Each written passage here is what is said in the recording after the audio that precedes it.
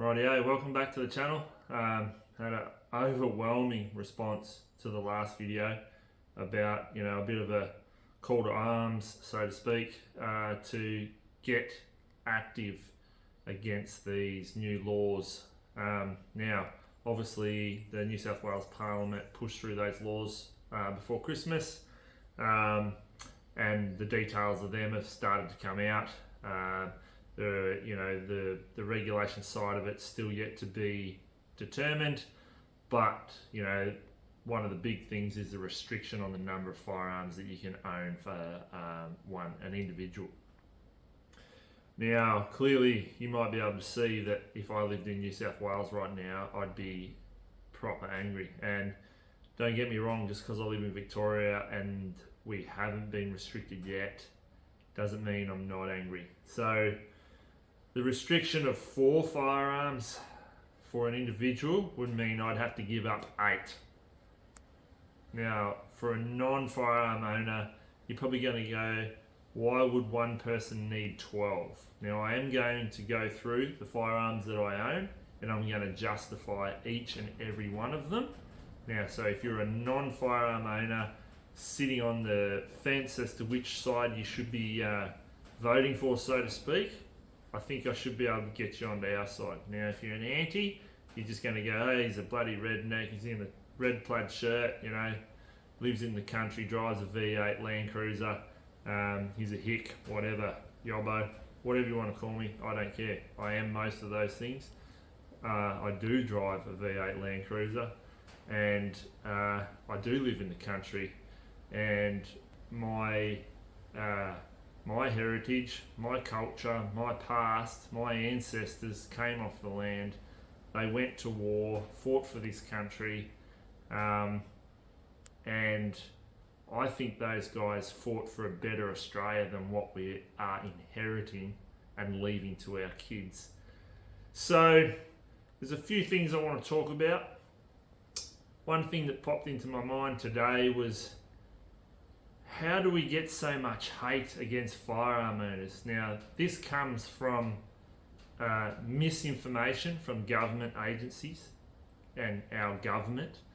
This comes from scaremongering from the media and the left-wing, leftist ideas of majority of mainstream media. Are all firearm owners bad guys? No, we're not. No more than any other part of your community are we any more dangerous than the next person. When I look at what I've got and the person that I believe I am, the person that my community sees and respects, firearms are such a big part of my life that they've actually dictated how I hold myself within the community. So as a firearm owner, I am stipulated to be a fair and proper person to even own a firearm or to get a firearms license to use one. And what does that mean? It means I can't have assault charges. It means I can't threaten people. I can't have a long list of offences and expect to hold a firearms license. Now, you might say, but these guys were on terror lists or lists of interest to government agencies for terror bloody plots or whatever. The laws were there to prevent them from having the firearms. The problem is the agencies did not act on the information that they had. The laws that we have in Australia are actually some of the toughest in the world already, prior to what got pushed through at Christmas. Those laws should have prevented those guys from owning firearms and having firearms licenses. But it didn't, from an oversight from government agencies, the New South Wales Police, etc. Right? They are at fault as to why they own firearms. Would that have stopped them doing a terror attack? No, I don't think so. But that's by the by. So for me, as a young man going to the pub, I couldn't take a swing at someone that annoyed the shit out of me, because if I ended up on an assault charge, or I hit someone that was innocent and I was proven to, have been, violent and arrested for assault, I lose my privilege to own a firearms license. Therefore, I lose my privilege to own firearms. Same goes for theft or excessive speeding in a vehicle, doing anything that an unreasonable person would be considered to be doing. So that has, all through my life, dictated how I hold myself in the community. Now, 26 years I've been a firearm owner for, and not one offence in any form. Yeah, I've been done speeding, but everyone's been done speeding. But I have not had an assault charge. I've never threatened anyone. I haven't had AVO put out on me. None of that. And a lot of that is to do because my heritage, my upbringing, the fact that I am around firearms all the time means that I need to hold myself to a high level so that I can keep the privilege. It is a privilege in Australia. It's not a right. We don't have Second Amendment like they do in America. But what does that mean? I've followed all the rules. I've done the right thing. And yet the government are still coming after firearms that I own. This one, for instance, is going to be more than likely banned, or it's going to be moved up to a Cat C, which I cannot get a Cat C license. It's a straight pull 5-shot shotgun. AB license. I've owned this thing for over 5 years. It's shot nothing but clay targets, rabbits and ducks. Probably going to have to hand that one in. But I've owned it for 5 years and never done anything wrong with it. I've owned some of these other rifles and shotguns for 26 years. Never have they been involved in any sort of incident that would warrant them being taken off me. So what have I done wrong? Why is the government picking on me? It's because they're anti-firearm. They're not interested in listening to pro-gun groups or hunting organisations. They're not interested in the effects that they're having on the firearm owners community, right? The stress, the anxiety about a government that seems to be hell-bent on destroying everything that basically is my life. It's a tradition for my family. And what is a tradition? It's part of a culture. So I've written down a few things here just to explain what a tradition is, what culture is, right? So culture is a way of life. It's beliefs, values, art and language. That is culture, right? I think in Australia we're losing it. And the reason why we're losing it is because culture does adapt and does change over time due to inside and outside influences. Obviously, the outside influences that we are bringing to this country are diluting and changing our culture. Now, tradition. Firearms are a tradition in my family. We come off the land. We've been hunters, shooters, and farmers for as long as we've been here. My parents were born in Australia. My grandparents were born in Australia. My great-grandparents were born here. We're tied to this land nearly every bit as much as any living person that is on the soils of Australia. And I actually, believe it or not, have a tiny little bit of heritage with Aboriginals from Tasmania. So I am not an Aboriginal, but there is that in my family heritage.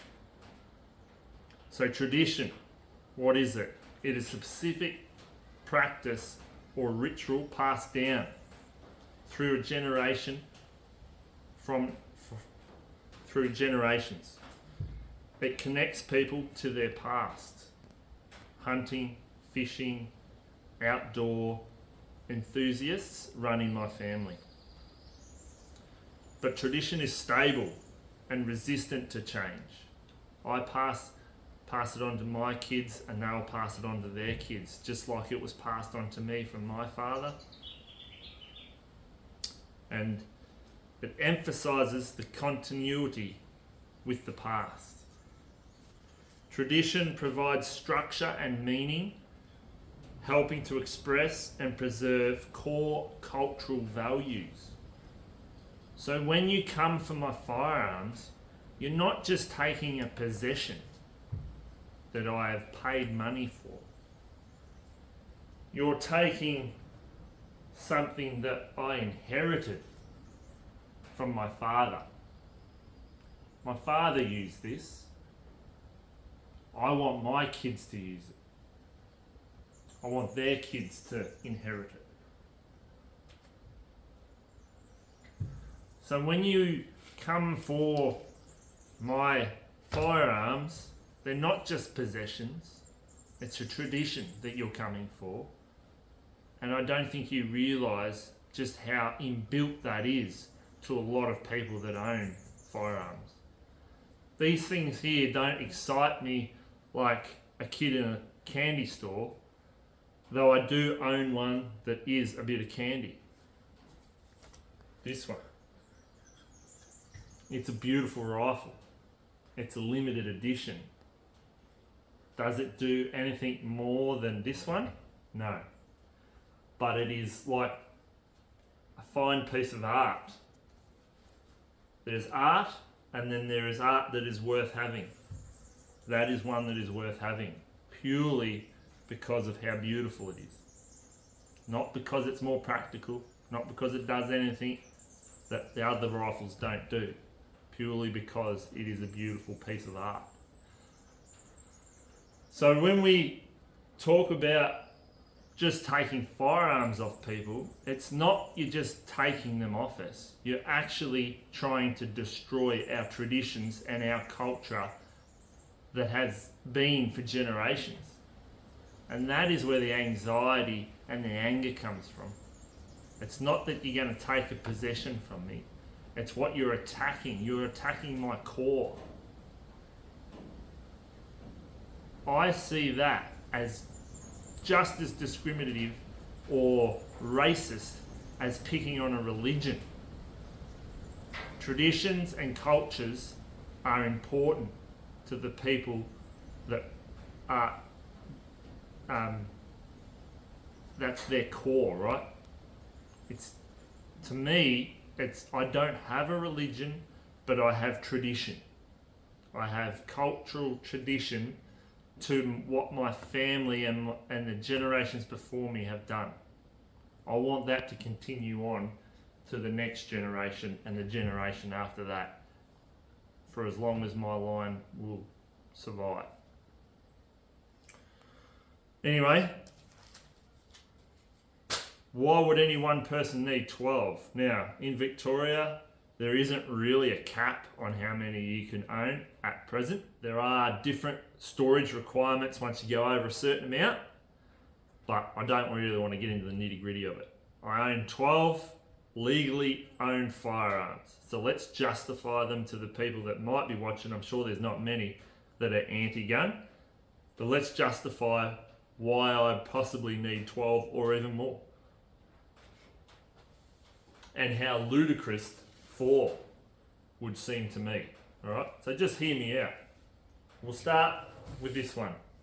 It's an air rifle, it's a slug gun. Some people some people confuse them with a BB gun. Some people would say it's a kid's gun. Right? It's an air rifle.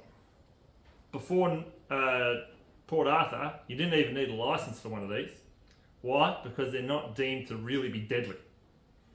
They are very weak, although in modern terms, they are some very high power slug guns. So this one, what's this good for? It's great to start a junior shooter or someone that is unfamiliar with firearms. Has zero recoil, it is basically quiet. Sounds like a nail gun going on. So I have one of these. Why? So I could start my kids shooting where it's fun, it's cheap, and they're relatively what you would call safe, right? Their distance to which they are harmful to a human is like, you'd have to be pretty much point blank range to be in a bit of trouble with this slug gun. So I own a slug gun. That's one. Now, anyone that lives on the land or is in any way a hunter, you're going to own a 22 rimfire. This is a 22 rimfire. This is basically like what you would call the firearm that you would grab to go and put down an animal that was in need of being put down quickly. A horse that's caught in a fence, a cow that's been bogged in a dam and is clearly you're not going to save it. I saw hundreds upon hundreds of sheep shot with these in a really bad drought back when I was a kid, purely because it was the quickest way to put down hundreds of animals. It's a rabbit gun. It is a fox gun. It is close range, cheap and affordable to shoot a lot of, so it's great for practice. It's also a great junior beginner's rifle. Now I do have one son that has got his junior permit, so this is between the slug gun and the 22 is where he spends most of his time shooting. Low recoil, not very noisy. So you own one of them as well. So if I was in New South Wales, there's half of my gun allocation gone already, and realistically, I haven't even got a rifle for myself yet. Next, I'm a duck hunter, quail hunter. You're going to want a shotgun. So when the straight pulls came out, I went and got one because they are a really good tool for hunting duck. We're talking about shooting birds in the air, so having 5 shots available to you is a good thing. Why? Because when you take a bird out of the sky, sometimes they aren't always just dead, and you can swap them on the water when you've got some extra rounds in the magazine. Just allows you to put the ducks down much quicker than you normally would. Also, if you were chasing rabbits, 2 shots with a standard shotgun is just not enough. Sometimes we can get into a bunch of rabbits where you can let off 5 shots within a minute and you've got 5 rabbits. So having the magazine capacity, so 4 in the magazine and 1 up the spout is how you get 5 into this shotgun. So there's another probably must have if you are going to be a hunter in Australia. If you want to cover all your bases, you want to shoot feather and fur, you need a shotgun. So I have a shotgun. So now I'm at 3. Now I said earlier that I inherited a shotgun. This is my father's shotgun. Do I use it? Actually, I don't. But because I use that shotgun. So why would I keep this shotgun? Well, why do you keep possessions from your past relatives? So my father had to give up his firearms license, hence I inherited his shotgun when he developed dementia and was therefore not deemed to be a reasonable person or a person of health to be able to hold a firearms license. So I inherited his shotgun. Why would I keep it? It's an heirloom, right? This isn't a fancy shotgun. It's actually probably a $300 or $400 shotgun in the condition that it's in. However, when my boy is old enough and big enough to be able to fire a 12 gauge shotgun, I want him to be shooting this shotgun. That is why I want to keep this shotgun. So now I'm at 4. So if I was in New South Wales right now, I'd be done. That's all I could own. I don't own a centre-fire firearm yet. Keeping going with shotguns, I own a 20 gauge shotgun. As you can see, this has got a relatively short buttstock. It has been cut to professionally fit my eldest son, who has his junior firearm permit so he can go and get involved in clay targets at the local sporting shooting club. He is not big enough in structure to shoot a 12 gauge shotgun. I didn't own a 12 gauge a 20 gauge, so I went and bought him one. This is his shotgun. It is next to useless to me. So now that's 5. As you can see, of those 5, 3 of them, actually 4 of them are for my junior shooters that live with me. Now, I have another shotgun. Why do I have 4 shotguns? The straight pull 5 shot is for hunting. This one is for clay target shooting. It is what you would call the normal style of shotgun that you would use for sporting shooting clays. That's why I own this one. Yes, I could use my father's, but this one I've had since I was 18. And when I take my young fella to the sporting shooting club, I want to join in. So I have my sporting shooting shotgun and I have his 20 gauge sporting shooting shotgun. So there's all the shotguns that I own. So I'm at 6. Coming up from there, what have we got? Let's just go in caliber.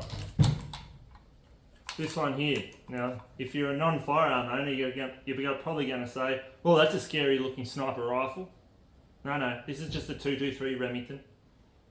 Basically perfect for rabbits and foxes. That's what I shoot with this, rabbits and foxes. And I target shoot with it a little bit as well. So, 22, good for rabbits and foxes and junior shooters, but it's only a short range weapon. It's a rimfire, so it only has really an effective range to 50 to 70 meters for a rabbit, accuracy wise and energy wise, to kill that rabbit ethically. The 223 is what you call more of your mid-range rabbit fox gun. So we're talking capable out to probably about 200, 250 at the most, depending on how accurate the rifle is. But I'd sort of call this rifle a 200 yard rabbit and fox gun. That is why I own that one. Going up in the calibers, 6.5 Creedmoor. Now I know all the guys out there that are into their firearms, they're going to go, Zeb, you've got a man bun. Well, I don't, but this is my man bun gun. Why do I own this one? One is specifically for target shooting. Yes, I can hunt with it. Yes, I have hunted with it, but specifically this firearm is for long range shooting, practice and fun. That's right, owning a firearm and shooting one is fun, and a lot of you guys out there that are anti would be humbled by how much fun you would have if you went to the range. You don't have to be a hunter to have fun with a firearm. Shooting at targets is extremely fun. 6.5 Creedmoor, I own this purely for target shooting. So what you might be learning here is not all guns do the same thing, and just like different golf clubs are used at different stages on a course, different firearms are for different courses. Horses for courses, firearms for different disciplines. Now, what else have we got here? Now, I do run a hunting business. This rifle I own so that people that come hunting with me don't have to travel with their firearm from interstate or international. That is why I own this 3006, which is a deer legal caliber here in Victoria. So this is specifically for deer hunting, and this particular rifle, because of my business, is basically what you'd call a loan rifle. So no, I don't loan it out just to walk off with it. When they are with me being guided and they didn't want to travel down with their firearm, they could borrow this one.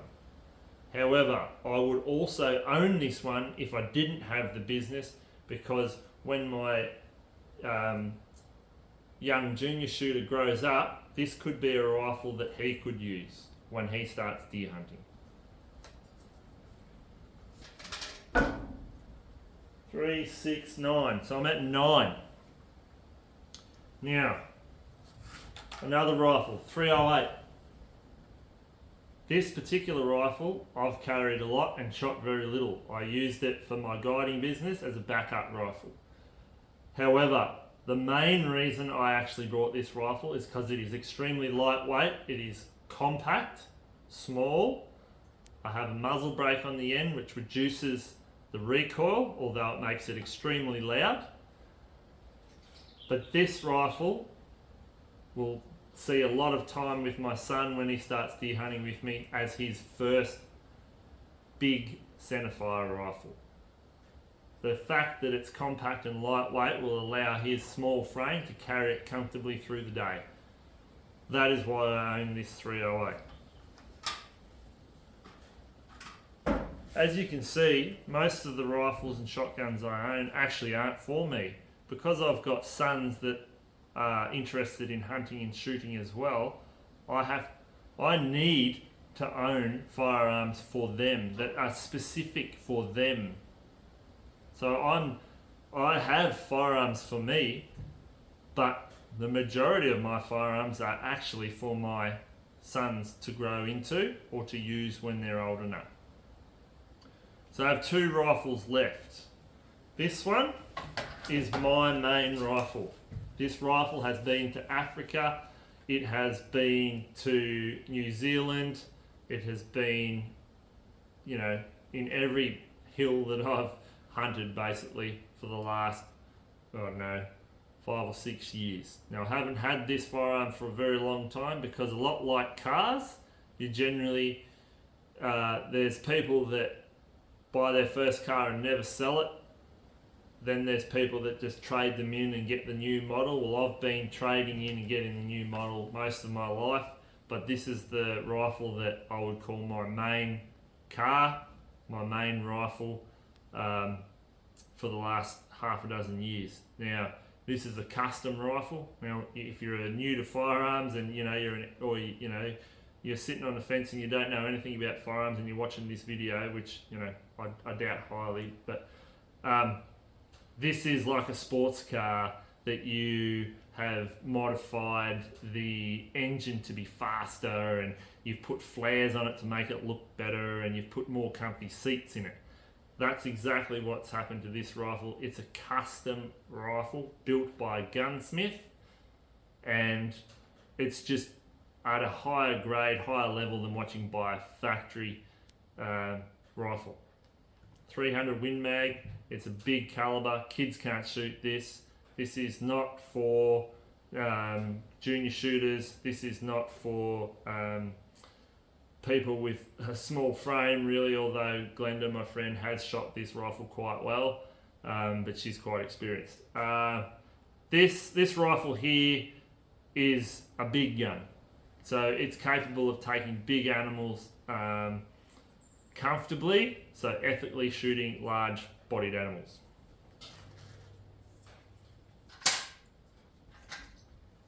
So that's 11. Leaves me with my last one. Now, this one, you could say, you can't justify a rifle just because it looks pretty. But that's why I own this rifle. I don't own this rifle because it does anything that I can't do with the other ones that I already own. This rifle is a 1 in 500 limited run rifle. It's also got a limited run scope, and it is just, it's art, right? So a lot of people that would own a rifle like this would never fire it. Now that might not make any sense to someone that's not into guns or is anti-gun. Why would you own a firearm and not use it? Well, just like jewelry that you don't wear because it's heirloom or super expensive, or you only get it out on special occasions, your grandmother's china, whatever. Firearms can be collected too. Firearms can be a thing of art as well. Some firearms are worth tens of thousands, some are worth hundreds of thousands of dollars purely because of the art that has gone into building them. Now, this isn't a tens of thousands dollar rifle, but this is an expensive rifle to own if you didn't use it. Now, I do use it, but I do very well look after it.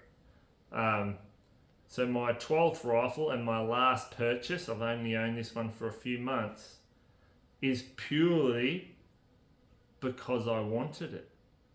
I wanted a beautiful rifle. And I should be able to own a rifle because I wanted it. Yes, I can use it for hunting, so therefore I can justify it to the licensing division that it is a deer caliber. It's legal to hunt deer with, but I own this rifle purely because of what it looks like and for what it is. It is a limited edition. So hopefully you can see that it's not about limiting the number of firearms someone owns isn't really what I would call justified to make the community safe. I literally couldn't carry all these firearms at once. And to be honest, if I had any more than 2 on me, would be just restricting myself. They all use different ammunition. So I'd have to have pockets with 20 gauge and 12 gauge and 22. I'd just get confused about which pocket to get bullets out of. It's not an issue. I'm no more dangerous to the community owning 4 firearms as I'm owning 40, if I wanted to. The fact that I own more than than what some people deem to be necessary, well, what's the question here? I own 3 vehicles. Is that necessary? No. I own a caravan. I have a house to live in. Why would I need a portable house? It's not necessary. Sometimes being necessary isn't actually an arguing point. I don't see limiting firearm ownership to a number as making the community any safer. The fact that I own 12 doesn't make me any more dangerous to the community if I own 4. I can't physically carry 12 firearms. And if I did, I'd get confused with ammunition because they all use different ammunition. It's not an argument that it's safer for me to only own 4. The only reason they're restricting to 4 is to grab guns off us. No other reason. They're dictating to us. This is not a democracy. They rush the laws through. That is not democratic. They are dictating to the community what we can and can't do. This is going to spill over from firearms to the next thing. What's the next thing? Potentially fishing and outdoor recreation. They already really tried hard to push us out of the bush in New South Wales. This could be just one step closer. The Premier, Minns, has blatantly said to the media that he will remove recreational hunting as a legitimate reason to own firearms. So basically what he's saying there is he wants to ban hunting. So this is bigger than just taking firearms off us. This is about taking away our culture. People that come from the land, people that have hunting in their heritage, firearm ownership is only a small part of that. Firearms are just the tool that we use in a greater activity.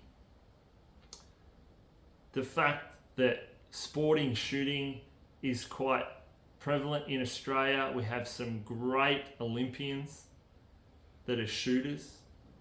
They started as juniors and they worked their way through the ranks and they represented Australia and they did exceptionally well in the Olympics. Why are we punishing those guys? Now, there is exceptions to sporting shooters. They can own more and all the rest of it. So what are we saying here? Are we saying that sporting shooters are less likely to cause violent crimes with firearms than hunters are? So what's the real grab here? Is it firearms or is it the next big thing and this is just a step closer? Ask yourself that question if you're still here listening. Anyway, I'm going to leave you with that.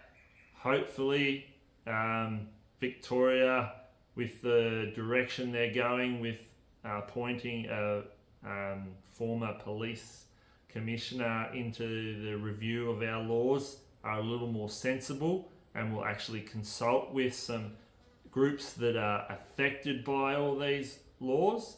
Now, there's also a couple of lawsuits look like they might come out in New South Wales. A couple of lawyers have come out and said that they're prepared to take it to the High Court. So get behind those guys. And also, don't forget, if there's petitions to sign, you need to sign them. If there's letters you need to draft to the ministers, you need to do it ASAP. Like, this isn't something where we sit around and wait for the results. We need to be proactive on this one. This is for the rest of the states. Don't think just because your state hasn't announced the same things that New South Wales has and WA doesn't mean we're safe. We need to push hard so that our governments will actually listen to the groups that are affected.